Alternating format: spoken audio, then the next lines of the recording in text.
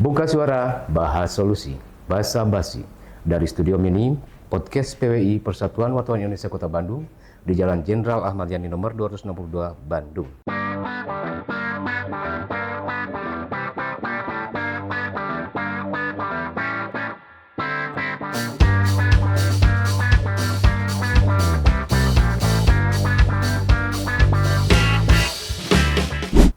Kali ini hadir Ketua Komisi 4 DPRD Kota Bandung, Haji Iman Lestaryono SSI SH.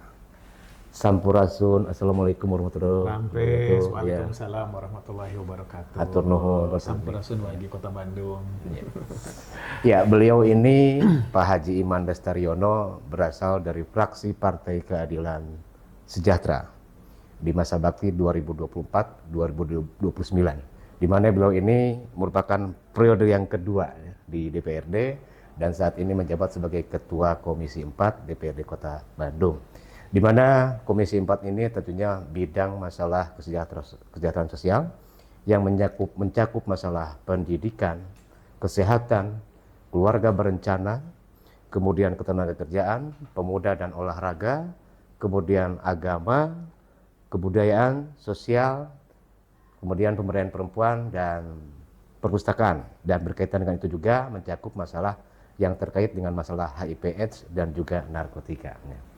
Nah, Pak Ketua sapa aja kepada wargi Bandung lagi Wargi ya. Bandung. Wargi Bandung. Terkhusus ini yang menjadi landasan yang fundamental, sangat mendasar dari beragam isu prioritas Kota Bandung. Di antaranya mungkin banyaklah 8 lah. Tapi ada yang sangat mendasar sekali, yang fundamental. Betul. Yang berkaitan dengan aspek kehidupan lainnya, yaitu masalah pendidikan dan kesehatan. Ya. Nah, saat ini untuk meningkatkan lebih kualitas dan aksesibilitas dari masalah pendidikan ini, masalah pembangunannya dan sebagainya, dengan menganggarkan 20% ya. Dari anggaran itu, dan tentunya mungkin untuk lebih meningkatkan, tentunya dari sisi anggaran adanya dibutuhkan suatu peningkatan lah gitu ya. Nah, untuk itu bagaimana nih menurut Komisi D terhadap pendidikan ini di Kota Bandung? Ya, ini wargi Bandung sekarang Komisi D itu berubah nama menjadi Komisi 4. Ya, ini juga kita juga belum biasa karena kurang lebih 2-3 pekan yang lalu baru diparipurnakan ya. Jadi masih balelol Ya, gitu. belum fasih untuk diucapkan. Belum spontan. Pendidikan ini bagian dari aturan mandatory spending-nya itu minimal 20%.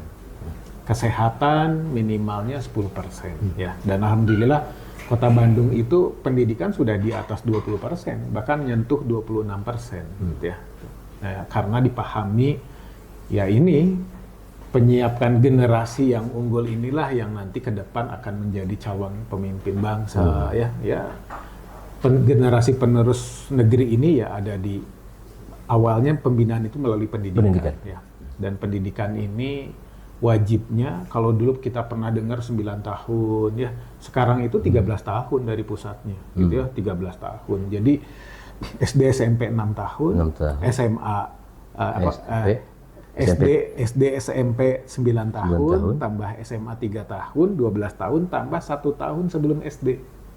Jadi TK PAUD itu sekarang juga dihitung juga. Jadi 13 tahun itu. Nah, artinya sebelum ke SD ada TK, ada PAUD yang harus mempersiapkan anak-anak kita masuk ke ke SD berikutnya. Gitu. Nah, ini. Dan anggaran minimal 20% itu sebuah keharusan. Istilahnya kan dari pusat itu mandatory spending. Gitu. Nah, tapi prakteknya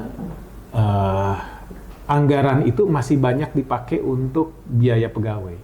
Ya. Jadi aturan biaya pegawai itu tidak boleh lebih dari 30%. Tapi kan ini sebuah proses yang harus melalui tahapan yang agak panjang, gitu ya. Dulu itu bahkan ada yang di atas 50% kota kabupaten se-Indonesia itu untuk belanja pegawai itu. Untuk belanja pegawai. Turun di Kota Bandung ini lagi mencoba di bawah 35%, gitu ya. Jadi titik kritisnya di 35 dan kita menuju 30 dan honorer sudah nggak boleh ada lagi nanti ya gitu. Jadi adanya outsourcing.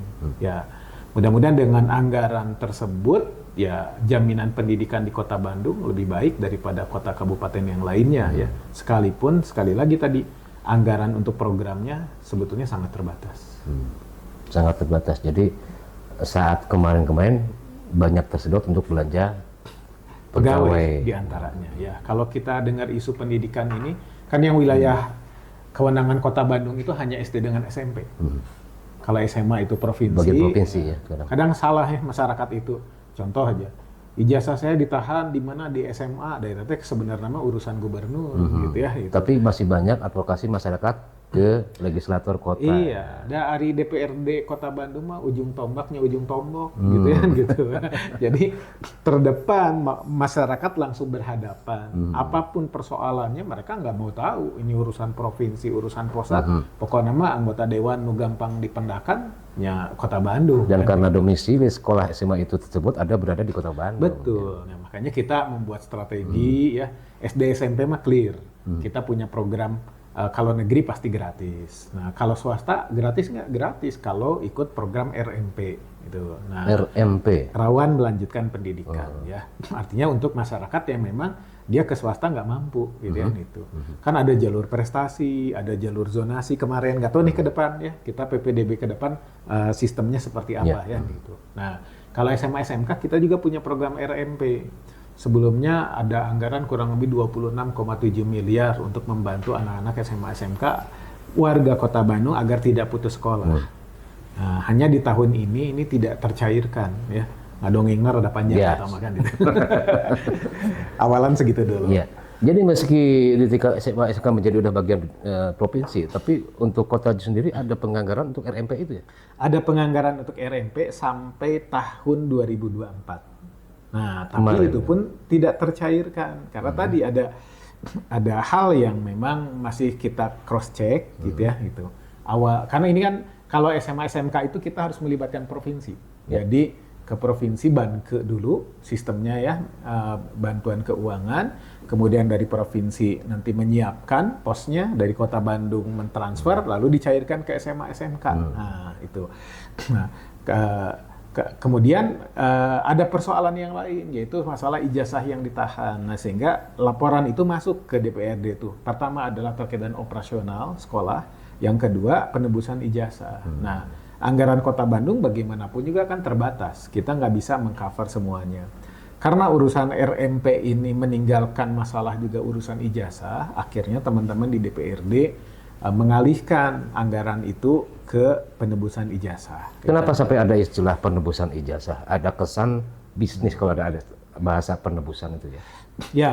Apakah itu berlaku juga untuk sekolah swasta?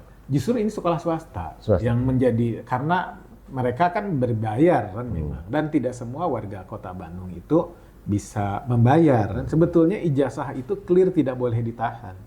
Kan gubernur sebelumnya juga seringkali bilang nggak boleh ada penahanan ijazah. Ya tapi kalau tidak turun ke bawah mah gubernur tak apal ya bahwa ternyata itu masih ada dan dilakukan terjadi kan itu. Entah bahasanya apa ya gitu. Tapi ketika saya bertemu dengan para kepala sekolah sesungguhnya tidak letterlek demikian gitu ya.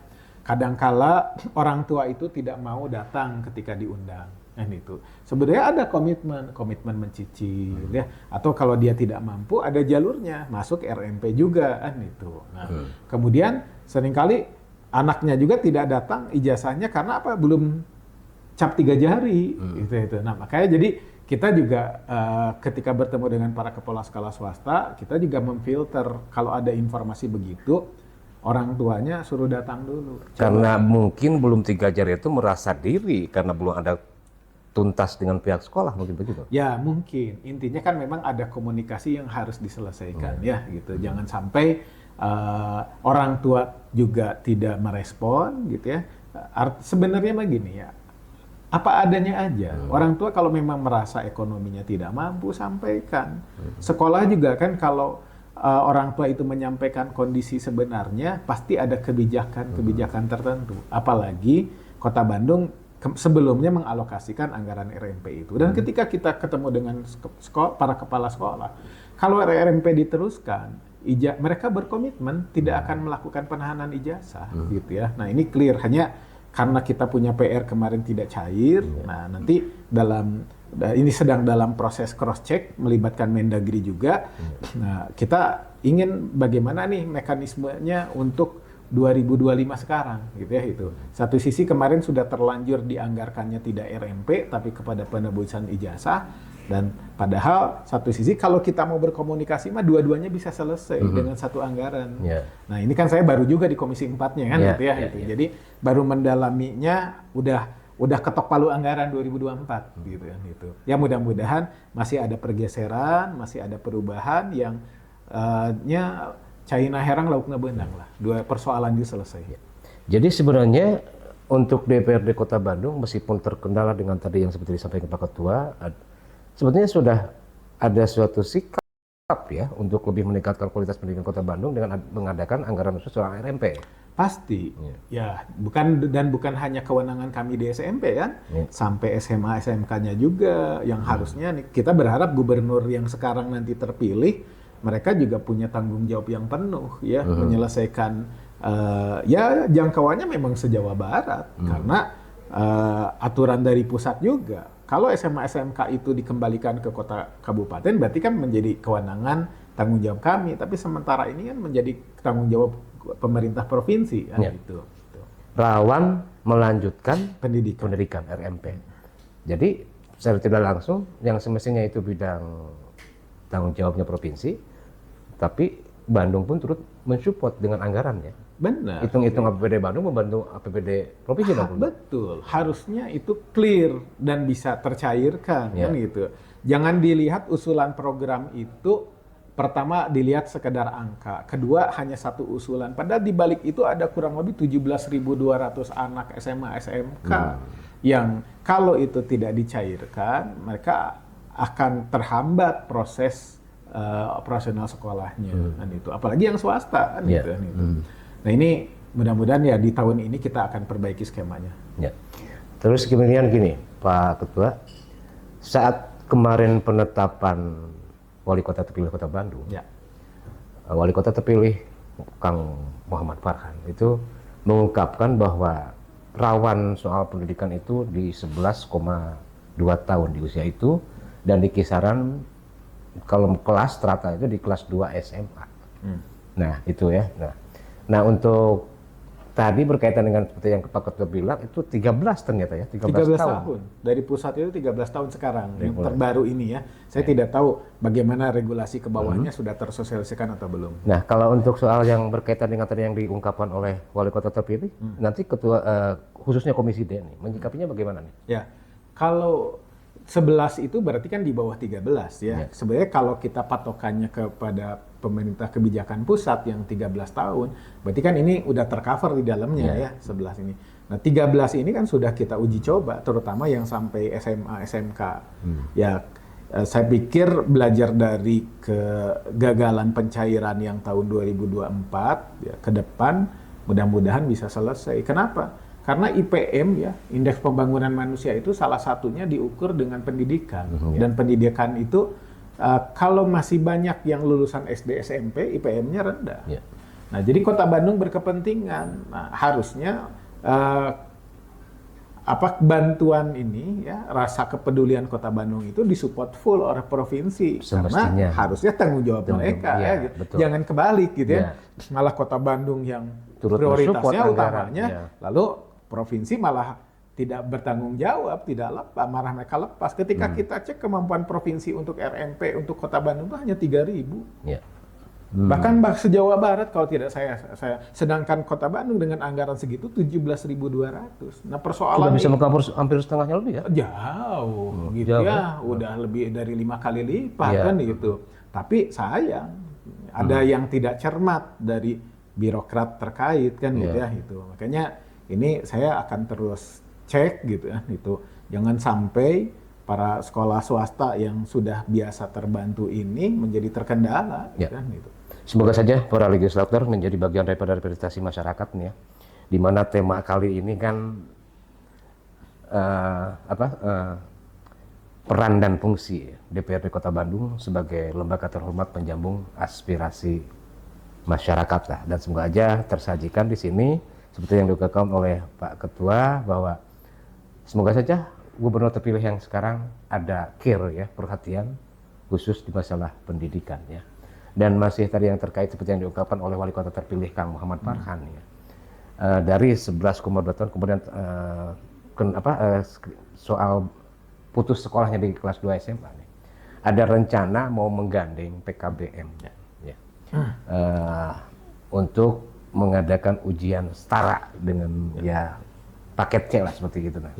Nah itu dengan rencana Wali Kota terpilih ini bagaimana nih pandangan dari Komisi D ini atas rencana itu? Ya. Niat itu harus kita dukung. Ya. Pertama dari pemerintah kota juga sudah punya program itu. Namanya bukan PKBM, saya lupa persisnya gitu ya. Pusat Kegiatan Belajar Masyarakat? Iya, Pusat Kegiatan Belajar Masyarakat. Itu kan PKBM kan? PKBM kan ya? Itu. Nggak, kalau di Disdik punya lagi program itu. Ada lagi kan itu. Itu sekolah reguler gitu ya. Misalkan Sabtu Minggu sekolahnya atau Jumat Sabtu di akhir dan mereka mendapatkan ijazah persamaan. Semacam sekolah filial gitu? Sekolah apa? Sekolah filial. Yang nempel belajar ada yang di kelurahan juga. Ada. Jadi ada yang nempel di sekolah tertentu, misalkan paginya, misalkan SMA 3, SMA 5 paginya, nanti siangnya itu. Tapi seminggu mungkin 1 atau 2 kali. Nah, kemudian juga ada di kelurahan dan kecamatan, beberapa ada, wilayahnya saya lupa, mohon maaf warga Bandung. Itu masih ada nggak Pak Ketua? Masih ada. Karena sempat di kelurahan di daerah saya tinggal itu, di kelurahan ada mengadakan tuh paket C itu. Masih ada, masih ada. Tinggal kan SOP-nya, MOU-nya dicek lagi kan gitu. Gitu. Pada prinsipnya program itu masih ada, masih melekat dengan Disdik Kota Bandung ya. Programnya saya lupa ya, khawatir saya salah nyebut ya. Kalau PKBM kan ini inisiatif masyarakat kan gitu ya. Gitu. Mereka membentuk sebuah lembaga kan gitu ya, memfasilitasi masyarakat. Ada yang berbayar, ada yang tidak, gitu. Karena apa? Karena ada bantuan, gitu ya. Jadi bantuan itu dari pusat selama ini, gitu, banyak, gitu. Dari Kota Bandung belum, gitu ya. Nah nanti kalau Om Farhan ya, Pak Wali Kota nanti terpilih setelah dilantik, ya, kalau punya concern di sini, ya memang sudah seharusnya, kan, gitu ya. Karena ternyata juga kita punya presiden nggak bisa juga menyelesaikan urusan se-Indonesia. Punya gubernur juga sama. Akhirnya ya mau tidak mau kita yang paling bawah masa dibiarin kan gitu ya. Anak-anak Kota Bandung kok nggak lulus SMA kan gitu ya. Persoalannya usianya udah lewat dari usia sekolah kan gitu ya. Yang biasanya harusnya selesai misalkan 17-18 tahun, ini 25 tahun belum lulus gitu baru SMP. Nah, berarti PKBM ini menjadi salah satu upaya kan gitu ya. Nah, kita bisa bekerja sama dan operasionalnya juga sebetulnya ada yang dibiayai oleh pemerintah pusat. Ya sebetulnya banyak PKBM yang udah punya program ini berjalan dan gratis gitu. Ya, dalam arti berarti sebetulnya kan itu PKBM itu kan suatu lembaga pendidikan ya. Ya. Nah, yang katakanlah non formal tapi bisa menjadi formal ya. Dan secara tidak langsung kan pasti butuh anggaran nih. Ya. Pasti. Tentunya ada beberapa LPP, lembaga pendidikan ya PKBM yang mungkin ditunjuk, yang kredibel, yang kualitasnya baik gitu ya. Dan oleh DPRD pasti salah satu fungsi pengawasan dan kontrolnya itu mungkin dibidik ya, mana yang akan dipakai gitu ya untuk mengadakan paket C itu gitu. Ya. Dari sisi anggarannya bagaimana nih? Ya. Jadi kalau saya pernah berinteraksi dengan salah satu PKBM, di pusat itu ada semacam dana bos operasional sekolah untuk satu siswa itu dihitung berapa kan itu. Nah, jadi sebetulnya operasional itu udah cukup dari pusat itu. Saya belum tahu nih, Kota Bandung sepertinya belum menganggarkan. Kalaupun ada, itu sifatnya kepada perizinan, pendampingan, pelatihan kan gitu ya. Bintek itu ada Kota Bandung. Tapi kalau untuk bantuan, nah itu pertama kan 2 bantuan itu. Apakah dia melalui program yang nempel dengan dinas, seperti tadi ya, misalkan upgrading untuk para pengajarnya, atau misalkan untuk kesekretariatannya, tapi ada juga dia yang memang berupa hibah. Nah kalau hibah, itu dia harus punya lembaga yang berbadan hukum, minimal Kemenkumhamnya itu minimal 3 tahun. Nah dia bisa mengajukan hibah, baik itu ke Kota Bandung, ke Pemkot Bandung, atau ke provinsi. Hingga pusat pun bisa? Bisa. Tapi ya kalau yang hibah itu kalau yang terjangkau kita sampai provinsi ya. Kalau pusat harusnya lebih banyak ya peluang sinergisasi itu. Karena kan beda biasanya kita kalau punya, makanya kan setiap wilayah punya anggota dewan, nah itu yang bisa menjadi hub mereka itu, baik pusat, provinsi ataupun kota kabupaten. Nah, Pak Ketua, untuk penyiapan terhadap penganggaran dana BOS ini, apakah dilihat dari NIS, nomor induk siswa per satu orang kan hanya satu punya nomor induk secara nasional. Apakah dilihat dari itu? Harusnya demikian, tapi saya tidak tahu persis kalau untuk PKBM itu seperti apa ya gitu. Dan ini BOS ini dari pusat bantuannya. Kalau dulu ada BOSDA, BOS daerah kan gitu. Sekarang kita belum aktivasi BOSDA itu. Dan BOSDA itu ya kewenangannya masih di SD SMP gitu. Nah, kalau untuk yang PKBM bisa jadi tadi hibah atau nempel dalam program kedinasan. Tapi belum memungkinkan untuk operasional persiswa PKBM. Tapi kalau di pusat sudah ada. Sudah ada. Ya. Biasanya kan di dinas pendidikan itu ada data apa sih namanya? Data induk gitu ya, tentang siswa. Iya, pasti. Karena BOS itu yang nempel tadi dengan registrasi siswanya kan itu. Kalau nggak salah namanya itu Dapodik apa sih namanya itu ya? Ya, Dapodik sistem di mana baik itu siswa, guru itu tercantum di sana terdata. Ya, termasuk apa ya? Daftar pokok pendidikan. Daftar pokok pendidikan misalnya, termasuk data-data siswa ya? Iya. Harus ada. Ya. Oke, tapi masih dalam pendidikan nih. Biasanya tiap tahun dari ke tahun tuh PPDB suka carut marut ya, Pak. Untuk itu, kesiapan di tahun pendidikan yang ini sekarang di tahun 2025, kesiapan apa nih di Komisi 4 nih? Ya, kalau persiapan secara khusus belum. Wargi Bandung, kenapa? Karena PPDB itu tidak bisa berlepas diri dari kebijakan pusat. Ya. Jadi zonasi itu bukan kehendak pemerintah Kota Bandung. Siap tidak siap nggak bila misalkan sistem zonasi sekarang berpindah lagi ke masalah NEM? Harus siap. Mayoritas masyarakat juga menginginkan itu, walaupun pasti juga ada yang dia aman secara zonasi, pengen zonasi, itu biasa. Setiap sistem itu tidak bisa memuaskan semua pihak. Ya, gitu. Yang jelas nanti kita lihat di pusat given-nya seperti apa, yang mengikatnya berapa persen. Nah, nanti kalau misalkan pusat mainnya di angka 70%, kita nggak leluasa. Tapi kalau pusat mainnya persentasenya kecil, nah kearifan lokal itu yang nanti kita mainkan kan itu. Kita kaji ya seperti apa gitu ya kajiannya, mudah-mudahan ya bisa memuaskan paling tidak banyak pihak. Karena maaf saja Pak Ketua nih, terpantau juga kalau di zonasi itu memang ada baik dan tidak baik. Ya. Terpantaunya begini, karena di zonasi itu merasa anak ya pasti keterima gitu ya. Jadi dengan leha-lehanya tidak belajar. Dari sisi kualitas pun tentunya menimbulkan suatu kesenjangan, kesenjangan sosial. Nah itu untuk meratakan senjangan itu bagaimana nih sikap Komisi 4 ya? Ya. Kesenjangan itu pasti selalu ada. Dan kita kan tidak diciptakan homogen semuanya juga kan gitu. Asas kita juga Bhinneka Tunggal Ika, prinsipnya juga ya. Jadi nggak pernah ada sesuatu hal yang bisa dibuat sama yang terkait dengan manusia. Karena karakternya unik memang kan gitu ya. Sebuah kota urban juga sama kan gitu seperti itu. Nah saya pikir gini ya. Pertama masyarakat juga harus tahu bahwa sistem zonasi itu kan tidak semuanya zonasi. Ada prestasi. Dan prestasi itu tidak semua akademik, ada juga non akademik gitu ya. Kemudian juga ada jalur afirmasi.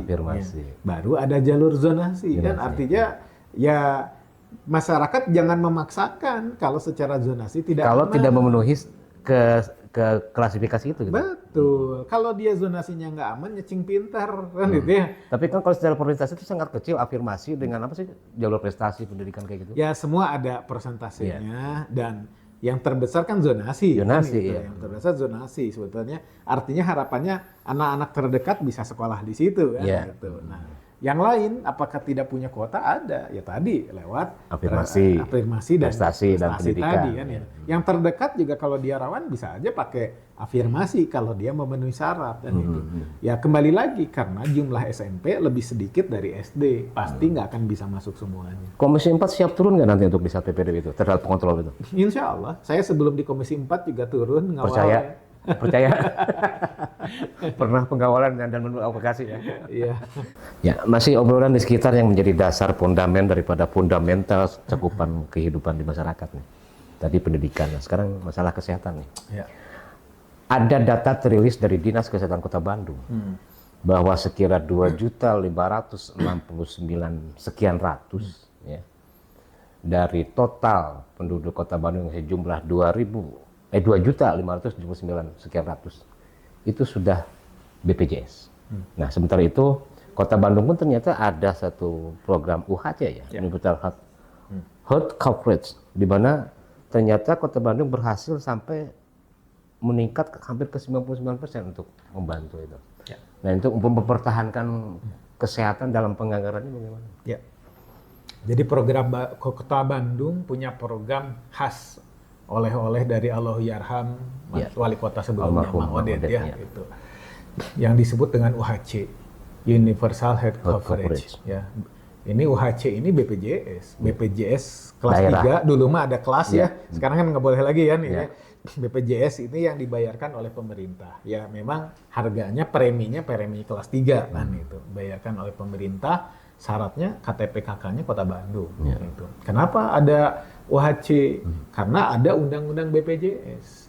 Dulu nggak ada kan diwajibkannya BPJS. Tapi ketika sudah ada undang-undang, maka menjadi wajib semua warga negara Indonesia itu bergabung dengan BPJS. Dan merupakan satu JKN ya, Jaminan Kesehatan Nasional. Itu ya? Iya, tapi persoalannya kan bayar kan gitu ya, mayoritas bayar. Yang kami ya di atas fraksi PKS itu satu-satunya fraksi yang menolak adanya undang-undang BPJS itu sesungguhnya. Kenapa? Karena di lapangan banyak masyarakat menengah ke bawah yang ketika dia sudah gabung dengan BPJS ternyata dia nggak bisa bayar kelanjutannya gitu.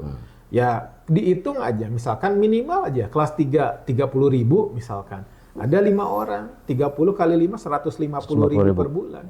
Kalau mereka kalangan menengah ke bawah dengan adanya COVID dan sampai sekarang kan masih terdampak ya.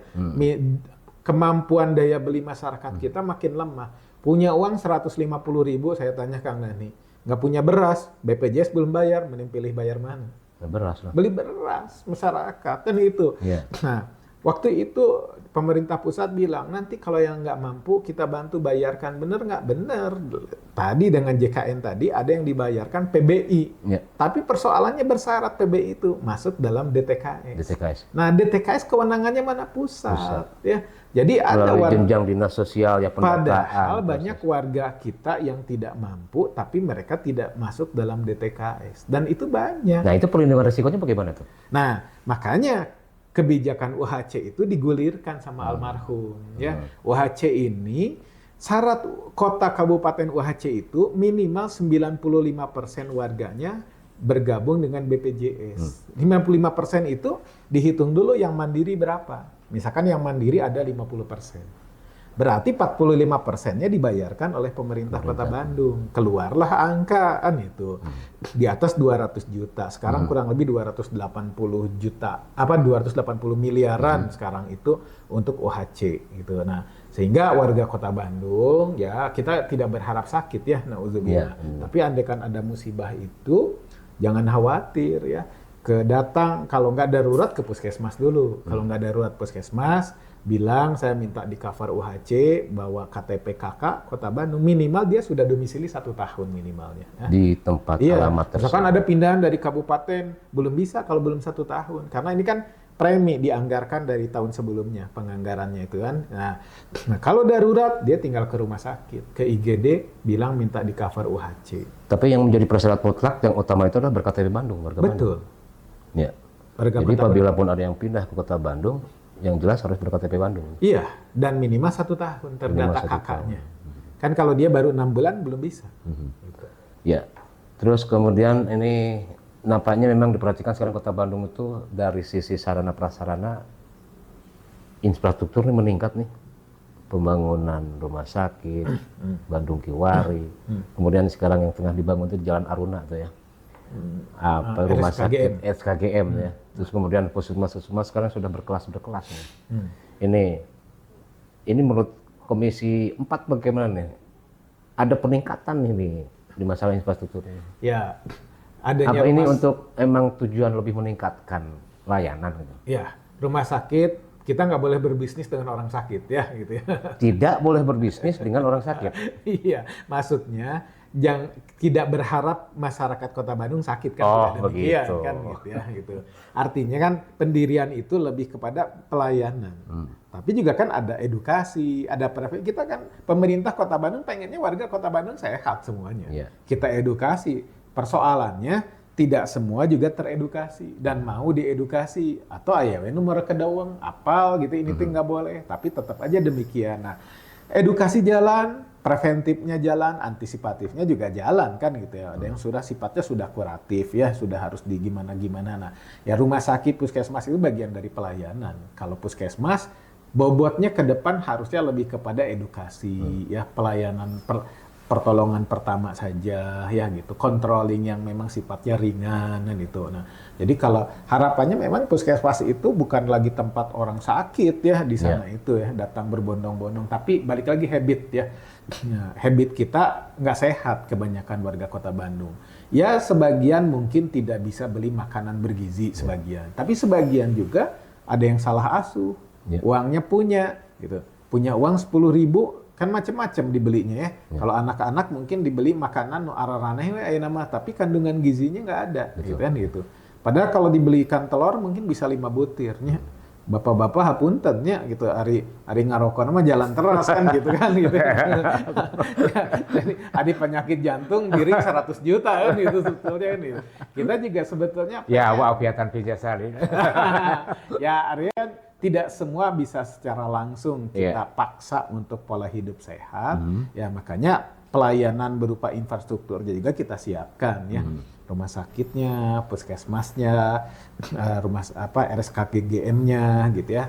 Ya satu sisi kita senang infrastruktur untuk pelayanan, satu sisi sedih juga warga Kota Bandung itu Bandung geringnya gitu ya, karena hampir rumah sakit penuh ya. Kadang-kadang datang ke saya, Pak Dewa. Aksesibilitas gitu. kadang di masyarakat Bandung masih ada saja, meskipun infrastruktur ada, puskesmas ada, tapi ada yang masih daya jangkaunya sulit terjangkau. Betul. Seperti di wilayah timur ya. Iya. Kita Masih kan baru sulit. punya 2 ya kalau untuk rumah sakit umum itu ya, yang Bandung Kiwari Ya, dengan Ujung Berung. Ujung Berung ya, rumah sakit Kota Bandung sekarang disebutnya kan itu. Ya di sana kredit wilayah timur, Nah, parkir dan lain-lain ya. Kita pengen rumah sakit Kota Bandung atau Ujung Berung itu ke depan seperti Bandung Kiwari nantinya. Kan saya kakaknya di sana kan itu. Kiwari ini adiknya kan gitu. Nah, perparkiran Malah adiknya yang lebih bagus. ya, karena kan belajar dari kakaknya kan gitu ya. Belajar dari kakaknya, jangan sampai bikin rumah sakit kayak gitu lagi kan gitu. Lahannya dipersiapkan, desainnya, parkirnya dan lain-lain itu butuh kebertahapan. Tapi kita sudah adakan rapat kerja ya, ke depan harapannya demikian. Oke, Pak Ketua, tadi masalah sisi sarana prasarana di bidang kesehatan, kita mundur lagi ke masalah pendidikan nih. Kaitan dengan zonasi, ini dari 30 kecamatan Kota Bandung, tidak semua kecamatan punya bangunan sekolah loh. Betul. Nah, untuk mengkantor terhadap zonasi, kadang-kala kan bila warga kecamatan ini yang tidak punya sekolah misalnya, ada di sini, tentunya warga sini juga nggak mau gitu ya, istilahnya keheula saya dulu gitu kan. Arah pandang dan perhatian Komisi 4 terhadap adanya nanti misalnya pengadaan sarana prasarana. Karena mungkin di Bandung kalau nggak salah nih ya, ada 5 kecamatan yang nggak ada punya bangunan sekolah. Bagaimana nih warganya gitu dalam kaitannya dengan zonasi? Ya, makanya itu persoalan sistem PPDB dengan zonasi itu membuat riuh bagi orang tua gitu ya. Itu nih sebentar lagi kalau tidak ada perubahan kan gitu ya. Jadi nggak bisa kebijakan pusat diberlakukan itu dengan begitu saja tanpa melihat kondisi di lapangan. Ini yang teriak Kota Bandung loh, sanes kabupatennya gitu kan. Kota Bandung aja dengan kebijakan ini tidak siap gitu ya, kalau 100% semuanya digunakan demikian gitu. Tapi ya di bawah itu kan kita akhirnya kalau udah instruksi ya given ya kita nggak ada pilihan kan gitu kan itu. Di lapangan faktanya demikian, jumlah SD itu lebih banyak dari SMP negeri ya gitu negeri ya. Kemudian belum lagi ketika kariwuhan itu kan bukan hanya SMP, SMA juga sama. Padahal balik lagi tadi kewenangan provinsi, coba cek. Gubernur kemarin ngebangun nggak di kita sekolah baru SMA SMK? 1 periode bahkan 2 periode kemarin nggak ada satupun sekolah SMA SMK yang dibangun, coba cek. Nah, ini pernah dengar nggak ya gitu? Khawatir saya salah ya. Setahu saya tidak ada yang baru gitu kan itu. Kalau SMP nambah ya? Kalau SMP nambah. SMP nambah, ada rintisan awalnya. Rintisan Artinya awal. kan gini ya, kita merespon. Ini kan provinsi di Kota Bandung juga tidak menambah. Sekarang SMP sudah ada 50 sekian ya kalau salah. Ya, 60 lebih. 60 lebih kan itu. Nah, 70 udah nyampe 70-an SMP ya. Nah, artinya karena ketidaksiapan itu ya siap-siap aja kalau sistemnya tidak berubah. Kita nggak tahu nih, karena kan masih nunggu. Balik lagi ya tadi, apakah zonasi lagi atau balik lagi ke NEM dulu atau yang lain kita nggak tahu. Pokoknya siap tidak siap kalau Ya harus Kota siap. Bandung harus siap ya. Dan mohon maaf masyarakat juga kalau ada yang kecewa ya karena kebijakan tidak sepenuhnya kita yang mengeluarkan. Tidak secara lokal tapi terpusat ya. kebijakan. Pusat walaupun dengan kuota tertentu kita menyesuaikan sesuai dengan kearifan lokal yang bisa kita lakukan. Oke, kalau misalkan dari SD untuk ke SMP agak aman lah di Kota Bandung ya. Karena jumlah sekolah SD itu ratusan. Ini sudah mendekati sekitar 70 ya. 70-an ya. Ya, tapi bisa Dan ada RMP kan, artinya ada RMP itu kalaupun dia nggak ke negeri, ke swasta tetap gratis kan gitu ya.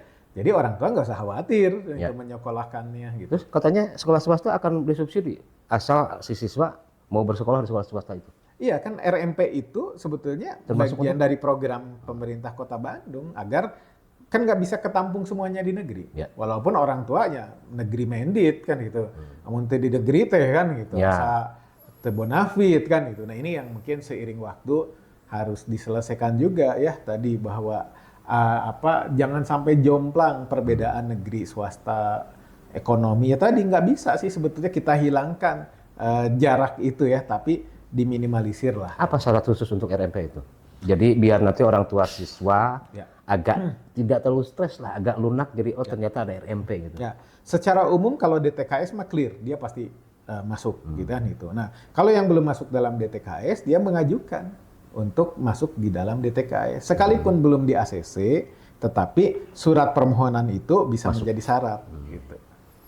Jadi agak bisa menenangkan lah ya. Karena gini ya, nggak mampu itu kan relatif ya. Ada yang nggak mampu itu beneran urusan untuk misalkan nggak punya beras kan itu. Nah, sekolah masa sih orang tuanya kan kerja? Ya tapi kalau harus ke swasta bayar bisa jadi mereka nggak mampu kalau nggak disubsidi. Nah makanya orang yang kayak gitu jangan maksain. Karena RMP itu programnya ketika masuk di awal. Tidak bisa di tengah jalan dia lalu tiba-tiba masuk di RMP. Makanya kalau ekonominya kira-kira berat, tong maksakan gitu kan itu. Masuk ke swasta, kira-kira nggak bisa ke negeri dengan jalur yang ada kemarin. Misalkannya zonasi nggak masuk, prestasi boro-boronya kehuruan rapotna oge kan gitu ya prestasi ya baik akademis ataupun non akademik kan gitu afirma. Nah masuk coba dengan jalur afirmasi walaupun dia belum masuk DTKS. Jadi dengan RMP pun secara tidak langsung sekolah swasta terbantu kan? Terbantu gitu ya. Jadi kita berharap jangan ada kesenjangan ya. Jadi semua numpuk di negeri lalu swasta nggak hidup kan gitu gara-gara tidak ada siswanya. Nah kita juga pengen nanti cari ya bagaimana harus ada kajian payung hukumnya gimana nih kalau ada sekolah swasta yang memang sudah berat untuk dia survive kan itu. Apakah masih bisa dipertahankan atau tidak kan itu ya. Satu sisi memang bersyarat ke depan perizinan itu harus ada SLF-nya. Sertifikat layak fungsi yang dikeluarkan oleh Cipta Bintar. Saya masih agak hafal karena dulu di Komisi C kan gitu. Nah, jadi kan banyak sekolah yang apa adanya secara luasan, bangunan sudah lama. Sekolah layak fasilitas. SLF itu. SLF sertifikat layak fungsi. Jadi kan gini, banyak sekolah swasta yang gedungnya udah lama banget. Gedung lama. Minimal itu berapa kelas tuh? Enggak, pertama luasan. Jadi luasan minimalnya ada. Misalkan SD luasnya 4.000 gitu kan, SMP harus lebih luas lagi. Tapi faktanya di lapangan kadang-kadang ratusan juga banyak. Masih ada SMP atau SD yang ukuran sekolahnya bisa jadi hanya 200 meter, 300 meter, tapi sudah sejak lama, sudah sebelum tahun 70-an kan gitu. Terus bangunannya ada juga yang nggak keurus. SLF ini kan bagian dari antisipasi. Kalau gedung ini tidak layak, kalau ada musibah kan nanti siswa yang jadi korban. Sebetulnya gitu. Karena kalau dari negeri kita punya program kan perbaikan ya renov baik itu ringan sedang berat. Tapi kalau yang swasta itu kan biasanya yayasan. Nah persoalannya dia makanya kalau tidak bisa survive ya nggak usah maksain juga. Selain itu ada nggak program RKB ruang kelas baru? Ada. Kalau ruang kelas baru itu kita ke negeri yang untuk Kota Bandung itu. Kalau swasta itu harusnya lewat hibah. Lewat hibah. Jadi baik dari saya pernah dampingin anggota DPRD provinsi itu peluang hibah dari gubernur waktu zaman Kang Aher tuh banyak. Ruang kelas baru itu. Jadi untuk swasta-swasta bisa ngajuin hibah.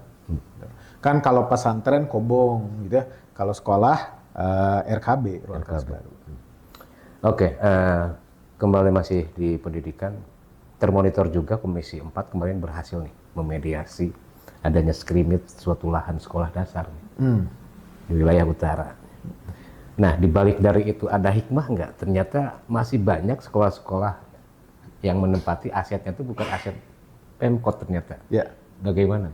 Ya, agak viral ya kasus gitu ya. SD 26 Bojongloa, kemudian SMP 60 yang belajar di bawah tenda biru kan itu kejadian. Nah, pertama PR Kota Bandung ini aset ya, babnya aset.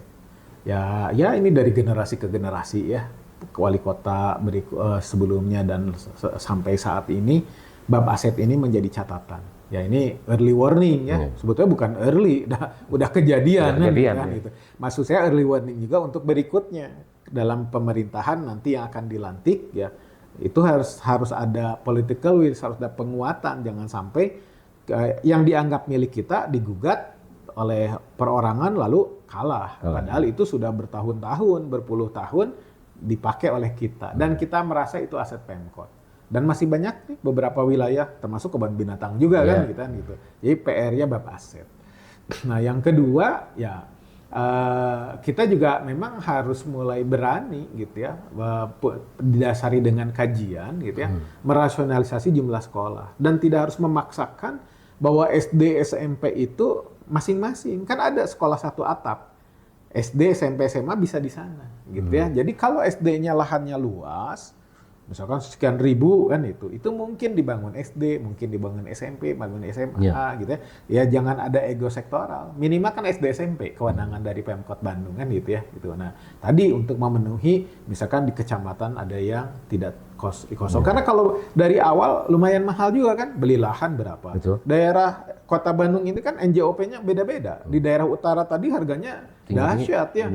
10 miliar belum tentu dapat lahannya. Bisa jadi di atas 20 miliar itu baru lahannya, belum pembangunannya. Di titik yang lain bisa jadi itu udah all in dengan bangunannya. Kan itu ya. Makanya tadi karena wilayah ini harganya juga menentukan beda-beda ya. Kayak tadi dengan pola satu atap, kedua merger dengan swasta yang memungkinkan harus dicari dulu payung hukumnya. Ini seperti apa kan gitu ya.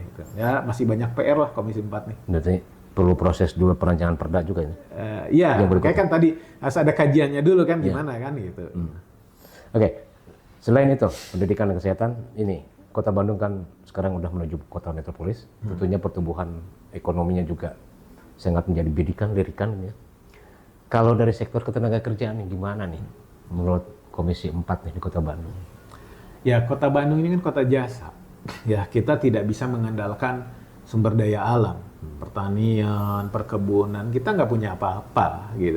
Nah kalau kota jasa berarti semua stakeholder harus memahami prinsip ini gitu ya. Gitu. Dari mulai infrastrukturnya harus menunjang ke sana kan gitu ya. Jadi kalau kita ngandelin industri dari sumber daya alam pasti ada habisnya bahasanya kan gitu ya. Nah, kemarin ada yang mencoba membuat konsep bahwa Kota Bandung ini kota kreatif. Dan itu sudah bukan konsep baru, itu sudah sejak lama dikenal bahwa Bandung ini menjadi trendsetter kan gitu ya. Kota kreatif yang mendunia ya. Mendunia ya.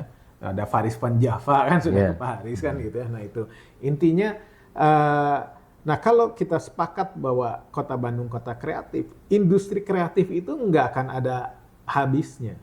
Tapi kan butuh orang-orang yang memang kreatif beneran, punya inovasi beneran kan itu. Nah makanya harus duduk bersama, semuanya harus didorong ke arah sana gitu. Kalau sepakat dengan tagline bahwa Kota Bandung ini kota kreatif, artinya dari sisi trotoarnya, ya infrastrukturnya itu ya, angkotnya, taman-tamannya gitu ya gitu. Terus program-programnya, kegiatan semua dibuat kreatif sehingga apa? orang mau datang ke Bandung. Ya, gitu ya. Pengaturan arus lalu lintas juga, ya, hindari macet. Pasti ya infrastruktur itu ya. Jadi kenapa? Karena kalau orang banyak datang ke sini, ini kan roda perputaran ekonomi ini jalan kan gitu ya itu.